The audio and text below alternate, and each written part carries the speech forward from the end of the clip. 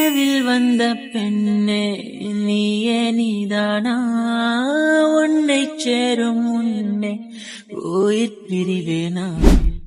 நெஞ்சாங்குழி ஓரத்தில நீ இருந்தா போதும் புள்ள, நீ மட்டும் போதும் புள்ள, வேற யாரும் தேவையில்லை.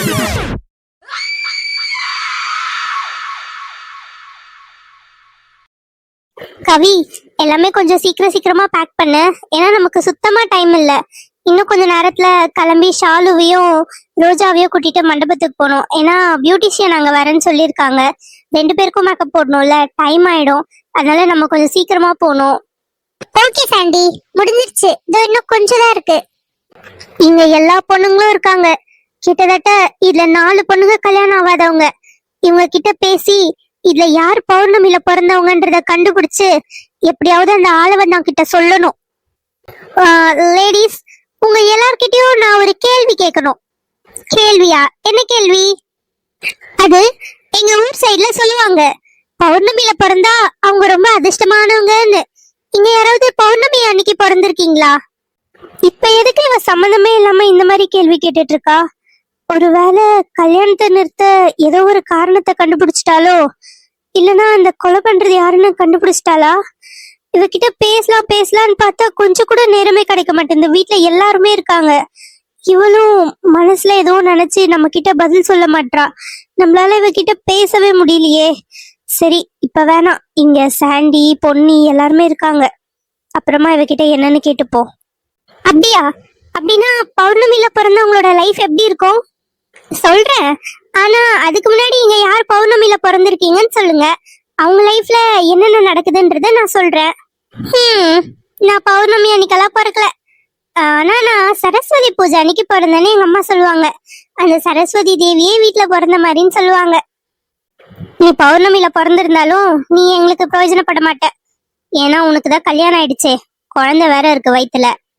வேற இவளுங்க யாராவது இருக்குமோ?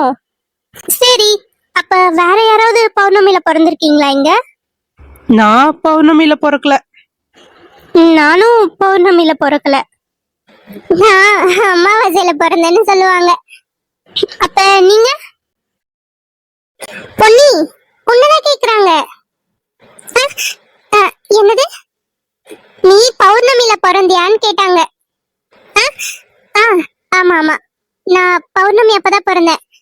ஒரு முழு பௌர்ணமி அப்போ அந்த நிலா வட்டமா வெளிச்சமா அழகா வெள்ளையா இருந்தப்போ நானும் பிறந்தேன்னு எங்க அம்மா சொல்லுவாங்க. நான் பிறந்தப்ப என்னோட முகம் அப்படியே அந்த நிலா மாதிரி இருந்ததுன்னு சொல்லுவாங்க. அருமை அருமை, பௌர்ணமியில பிறந்த பொண்ணை நான் கண்டுபிடிச்சிட்டேன். அவ்வளவுதான், என் வேலை முடிஞ்சது. நான் இத அப்படியே அந்த ஆளவன் கிட்ட சொன்னேன்னா என்னோட வேலை முடிஞ்சிரும். சோனம், அதுதான் இவன் சொல்லிட்டான்ல, பொன்னிதான் பௌர்ணமியில பிறந்திருக்கேன்னு. அப்படின்னா என்ன என்ன அவளோட வாழ்க்கையில நடக்குது சொல்ல. அதுவா, பௌர்ணமியில பிறந்தவங்க எல்லாம் ரொம்ப அதிர்ஷ்டசாலி. அவங்க வாழ்க்கையில அவங்க நினைச்சதெல்லாம் அவங்க கிட்ட கிடைக்கும். அதுவும் இல்லாம அவங்க ஆசைப்பட்டது எல்லாமே அவங்களுக்கு கிடைக்கும். நிஜமா பொன்னி? இவங்க சொல்ற மாதிரி நீ ஆசைப்பட்டது எல்லாமே உனக்கு கிடைக்குமா? அவங்க சொல்றது ரொம்ப வேடிக்கையா இருக்கு. ஏன்னா இது வரைக்கும் நான் எது மேலாம் ஆசைப்பட்டிருக்கனோ அது எதுவுமே எனக்கு கிடைச்சதே கிடையாது. நான் எதெல்லாம் ஆசைப்படுறனோ அதெல்லாம் அவ்வளவு சீக்கிரமா என்னை விட்டு போயிடும். அதனாலயே நான் எது மேலயும் ஆசை வைக்கிறது கிடையாது. சின்ன வயசுல என் அம்மானா எனக்கு ரொம்ப பிடிக்கும், என் தம்பினா எனக்கு ரொம்ப பிடிக்கும். அவங்க 2 பேருமே என்னை விட்டு போயிட்டாங்க. அதுக்கப்புறம் நானாதே ஆயிட்டேன். இப்போ எனக்கு ஒருத்தரை பிடிச்சிருந்தது. ஆனா அவருமே இப்ப எனக்கு சொந்தம் இல்லாம போயிட்டாரு. என்னது பொன்னி? அப்படின்னா நீ யாரையாவது காதலிச்சியா என்ன? அப்படின்னா நீ லவ் பண்ணிருக்கியா பொன்னி? அந்த பையன் உன்னை ஏமாத்திட்டானா? அதெல்லாம் ஒண்ணும் இல்ல, நான் ஏதோ சும்மா. பொன்னி, இப்ப உன் வாயில தானே சொன்னேன் நான் ஒருத்தர் மேல ஆசைப்பட்டேன்னு. அப்புறம் ஏன் சமாளிக்கிற? பரவாயில்ல சொல்லு, நாங்க யாரும் உன்னை ஜட்ஜ் பண்ண மாட்டோம். ஐயோ, அப்படிலாம் எதுவும் இல்ல. நான் ஏதோ பேச்சு வார்த்தையில ஏதோ சொல்லிட்டேன். அப்படிலாம் எதுவும் இல்ல. என்னைக்கா இருந்தாலும் எங்களுக்கு தெரியாதானே போகுது. அப்ப பாத்துக்கிறோம். ஐயோ நீங்க வேற. அப்படிலாம் எதுவும் இல்ல. நானும் யாரையும் விரும்பல, என்னையும் யாரும் விரும்பல. இதை விடுங்க.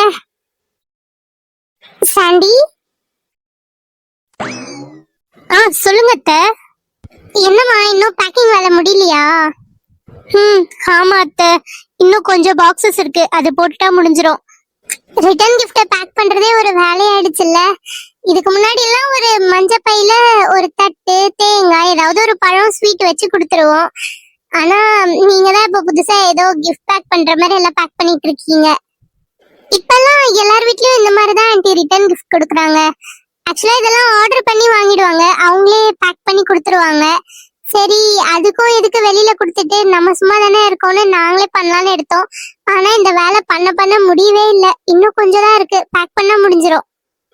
சரிம்மா, நீங்க எல்லாம் சாப்பிட்டீங்களா இல்லையா? காலையில இருந்து இந்த வேலையிலே உட்கார்ந்துட்டு இருக்கீங்க, சாப்பிட்டீங்களான்னு கூட தெரியல. சாண்டிமா, நீ ஒழுங்கா சாப்பிட்டு டேப்லெட் போடுமா. ஷாலு, ஈவினிங் ரிசப்ஷனுக்கு நிக்கிறோமா, ரொம்ப டயர்ட் ஆயிடுவ. நீ சாப்பிட்டு கொஞ்ச நேரம் தூங்கு. சரிங்க ஆண்டி, இன்னும் கொஞ்சம் தான் இருக்கு, முடிச்சிட்டு போறோம்.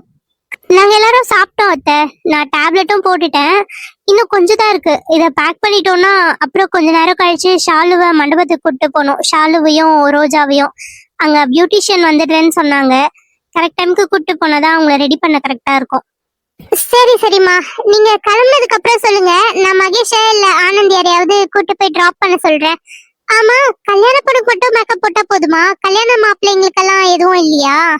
இருக்கத்த, அவங்களுக்கு தனியா பியூட்டிஷியன் வருவாங்க, அதெல்லாம் ஆனந்த் தான் பாத்துட்டு இருக்காரு, அவர்கிட்ட தான் கேட்கணும். சரிம்மா, அப்படின்னா நீங்க கிளம்புனதுக்கு அப்புறம் கொஞ்ச நேரம் கழிச்சு வர ரிலேட்டிவ்ஸ் எல்லாரையும் கூப்பிட்டுட்டு நாங்க மண்டபத்துக்கு வந்துடுறோம். ஏன் ஆன்ட்டி, ரிலேட்டிவ்ஸ் யாரும் ஸ்ட்ரைட்டா மண்டபத்துக்கு வரலையா?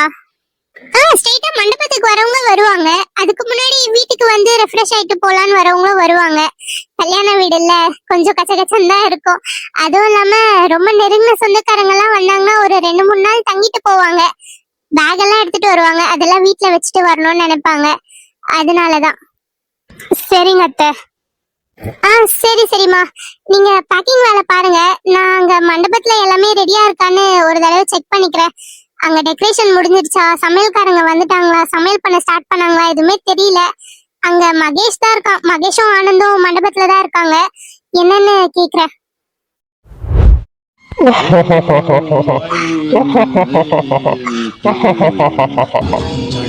கண்டுபிடிச்சிட்டேன். பௌர்ணமியில பிறந்த கன்னி பொண்ண கண்டுபிடிச்சிட்டேன். ரொம்ப சந்தோஷம். இன்னைக்கு நைட்டே அவளை பலி கொடுத்து இந்த உலகத்திலே ரொம்ப பெரிய சக்திசாலியா மாற போறேன். குட்டி பிசாசே, நீ பண்ண உதவிக்கு ரொம்ப நன்றி. உனக்கான சன்மானம் உனக்கு கிடைக்கும். ரொம்ப நன்றி எஜமானே. இங்க பாரு, இன்னைக்கு நைட்டு அந்த வீட்ல கல்யாணம், எல்லாரும் மண்டபத்துலதான் இருப்பாங்க. அந்த பொண்ணு வெளியே வந்தானா எப்படியாவது பேசி தனியா கூட்டிட்டு வந்து நான் கார் எடுத்துட்டு வரேன். எப்படியாவது அவளை இங்க கூட்டிட்டு வரணும், புரியுதா? உங்கள் கட்டளைப்படியே எஜமானி.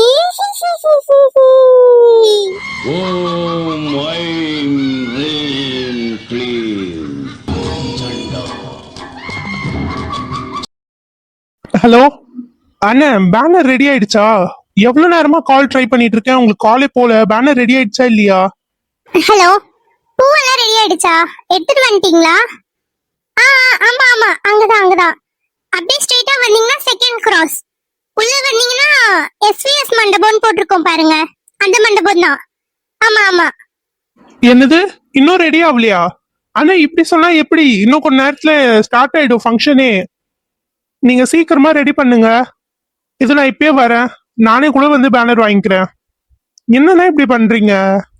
ஆமா, கரெக்ட். அங்க பக்கத்துலயே ஒரு டெம்போ கூட நிக்கும் பாருங்க, அந்த மண்டபம் முன்னாடி. ஆமா, நீங்க வந்துட்டீங்கன்னு நினைக்கிறேன், அப்படியே வாங்கல கொஞ்சம். சரி, நான் எனக்கு புரியுது. ஆனா நீங்களும் புரிஞ்சுக்கணும்ல, 2 பேனர் வரணும்ல. இங்க வந்ததுக்கு அப்புறம் பேனர் வேற நாங்க செட் பண்ணோம், இங்கேயும் வேலை இருக்குல்லண்ண. 2 பேனர்ண்ண, 2 கல்யாணம் ஒரே நேரத்துல. சரி. அப்போ 1 முடிச்சிட்டீங்களா? இன்னும் 1 தான் இருக்கா? யாரா அது? நீயா? அதேதான் நானும் கேக்குறேன், நீயா? எப்பயுமே உனக்கு மத்தவங்களை பார்த்து நடக்கலாம் தெரியாதா? அப்படியே கண்ணை மூடிட்டு நடந்துட்டே வந்து இடிச்சிருவ போல. யாரு? நான் அடிச்சனா? நான் பாட்டுல நின்னு போன் தானே பேசிட்டு இருந்தேன், நீ தான் வேணும்னே வந்து என்ன அடிச்ச. ஆமா, நீ பெரிய ஆள் அழக, உன்னை வந்து இடிக்கணும்னே வராங்க. சீ, போ. பொடி பரங்கிக்கா மண்டை. என்னடா வாடி போடின்னு பேசிட்டு இருக்க? வாயை உடைச்சிருவேன். நீ மட்டும் டா போட்டு பேசுற. நான் உன்னை விட வயசுல மூத்தவன். உங்க வீட்டுல மரியாதை எல்லாம் சொல்லி கொடுத்து வளர்க்கலையா உனக்கு? மரியாதை தெரியும், யார் யாருக்கு கொடுக்கணுமோ அவங்க உங்களுக்கு கொடுக்க தெரியும். ஆமா ஆமா, உங்க வீட்டுல எவ்வளவு மரியாதை சொல்லி கொடுத்துருக்காங்கன்னு நீ பேசுறதுலயே தெரியுது. ஆமா, உனக்கு என்ன வேலை இங்க? அதுவா, நான் தான் இங்க ஈவென்ட் மேனேஜ்மெண்ட் எடுத்து பண்ணிட்டு இருக்கேன். இதெல்லாம் ஃபுல்லா என்னோட டெக்கரேஷன் ஒர்க் தான். ஓ, இதெல்லாம் நீதான் பண்ணியா? ஐயா, அதனாலதான் இவ்வளவு கேவலமா டெக்கரேஷன் போட்டு வச்சிருக்க. நானும் நினைச்சேன், என்னடா நம்ம வீட்ல எல்லா ஃபங்க்ஷனுக்கும் சூப்பர் சூப்பரா எல்லா டெக்கரேஷனும் இருந்ததே, இங்க இவ்வளவு சிம்பிளா இருக்கேன்னு பார்த்தேன். அதுலயும் பாரு, இந்த ஸ்கிரீன் கலர்லாம் என்னடி கலர் இது? சி, நல்லாவே இல்ல. அழகா ரெட் கலர்ல போட்டிருந்தா எவ்வளவு சூப்பரா இருந்திருக்கும். உனக்கெல்லாம் ஒரு டேஸ்டே இல்ல. உன்னெல்லாம் யாரு இங்க ஈவென்ட் மேனேஜ்மெண்ட் பண்ண சொல்லி கூப்பிட்டது? போதும், வாய மூடு. இந்த டிசைன்ஸ் எல்லாமே நான் மாப்பிள்ள கிட்ட கொடுத்து ஓகே பண்ணிட்டு தான் இங்க போட்டிருக்கேன். தேவையில்லாம நீ பேசாத. மாப்பிள்ளனா யாரு? எங்க அண்ணாவா இல்ல விஜயா? அவனுங்க ரெண்டு பேருக்கும் நல்ல டேஸ்ட் ஆச்சு. இவ்வளவு மட்டமான டேஸ்ட் கிடையாது. முதல்ல உன்னை யாரு ஓகே பண்ணது இங்க ஈவென்ட் மேனேஜ்மெண்ட் பண்றதுக்கு? அதெல்லாம் நான் உன்கிட்ட சொல்லணும்னு எந்த அவசியமும் கிடையாது. அதுவும் இல்லாம இவ்வளவு கமெண்ட் பண்றதுக்கு இது என்ன உன்னோட கல்யாணமா? ஓ, என் கல்யாணத்துக்கு உன்னை வேற கூப்பிட்டு டெக்கரேஷன் போட சொல்லுவேன்னு நினைச்சிட்டு இருக்கியா? சீச்சி, உன்னெல்லாம் நான் கூப்பிடவே மாட்டேன். நீ டெக்கரேஷன் போட்டா கேவலமா இருக்கும். என் கல்யாணமே அவ்வளோ நல்லா இருக்காது. உனக்கு கல்யாணம் எல்லாம் ஆகும்னு வேற உனக்கு நினைப்பு இருக்கா? சீ, உன்னெல்லாம் ஒரு பொண்ணு கல்யாணம் பண்ணிப்பாளா என்ன? உன்னை பார்த்தாலே ஓடி போயிடுவா. ஹே, நீ என்னடி சொல்றது? எனக்கெல்லாம் நல்லபடியா கல்யாணம் ஆகும். ஆனா உனக்கு தான் கல்யாணமே ஆகாது. அப்படியே கல்யாணம் ஆனாலும் உன் புருஷன் ஃபர்ஸ்ட் நைட் அன்னைக்கே ஓடி போயிடுவான். என் புருஷன் ஓடி போக மாட்டான். உன் பொண்டாட்டி தான் எவன் கூடயாவது ஓடி போயிடுவா. என் பொண்டாட்டி எல்லாம் ஒன்னும் அப்படி போக மாட்டா. உன் புருஷன் தான் உன்னை பார்த்தாலே சீ, ஏதோ ஒரு விசித்திரமான ஜந்துடான்னு நினைச்சு ஓடிடுவான். நீ மட்டும் பார்க்க என்ன ரொம்ப ஹேண்ட்ஸமா இருக்கியா? எங்கயோ காட்டுல இருந்து தப்பிச்சு வந்த காட்டுவாசி மாதிரி இருக்க. நானாவது காட்டுவாசி மாதிரி தான் இருக்க. நீ அந்த காட்டுல வாழ்ற விலங்கு மாதிரி இருக்க. போதும், வாய மூடு. முடியாது. வாய மூடுறியோ இல்லையோ? முடியாது, பொடி பரங்கிக்க மண்டை. பைத்தியக்காரா, எருமை, பன்னி, மாடு எல்லாமே நீதான். துப்ப. ஐயோ, போதும், நிறுத்துங்க ரெண்டு பேரும். விட்டா ரெண்டு பேரும் இங்கேயே அடிச்சுட்டு செத்துருவீங்க போல இருக்கு. அண்ணா, நான் உங்ககிட்ட கேட்டுதானே நான் இங்க ஈவென்ட் மேனேஜ்மெண்ட் எடுத்து நடத்துறேன்னு சொல்லி நடத்தினேன். நீங்க சொல்லுங்க, நான் இந்த டெக்கரேஷனுக்கு என்னென்ன குறை? நல்ல பிரீமியமா அழகா தானே இருக்கு. டே மச்சான், என் மூஞ்ச பார்த்தா உனக்கு எப்படிடா இருக்கு? என் பொண்டாட்டி என்னை பார்த்ததும் விட்டு ஓடி போயிடுவான்னு சொல்றாடா இவ. உன் மூஞ்சி தானே நல்லா மலை குரங்கு மாதிரி இருக்கு. உன் மூஞ்சி மட்டும் நல்லா சனப்பண்ணி மாதிரி இருக்கு. ஐயோ, நிறுத்துங்க. அண்ணா, எனக்கு உள்ள டெக்கரேஷன் ஒர்க் இருக்குண்ணா. நான் போய் அதை பாக்குறேன். கண்ட எரும மாடு கிட்ட எல்லாம் என்னால பேசிட்டு இருக்க முடியாது. நான் போய் என்னோட ஒர்க் பாக்குறேண்ணா. என்னது, எரும மாடா? டேய் பாருடா, எனக்கு எரும மாடுன்னு சொல்றாவ. டேய் மச்சான், சத்தியமா செம்ம சிரிப்பா வருதுடா நீங்க ரெண்டு பேரும் பண்றத பார்த்தா. ஒருவேளை ஃபியூச்சர்ல உங்க ரெண்டு பேருக்கும் கல்யாணம் பண்ணி வச்சுட்டா என்னடா ஆகும்? சி, இவ்வளவு கல்யாணம் பண்ணிக்கிறதுக்கு நான் காலம் ஃபுல்லா கெட்ட பிரம்மச்சாரியாவே இருந்துருவேன். பொண்ணா அவ அடங்க பிடாரி.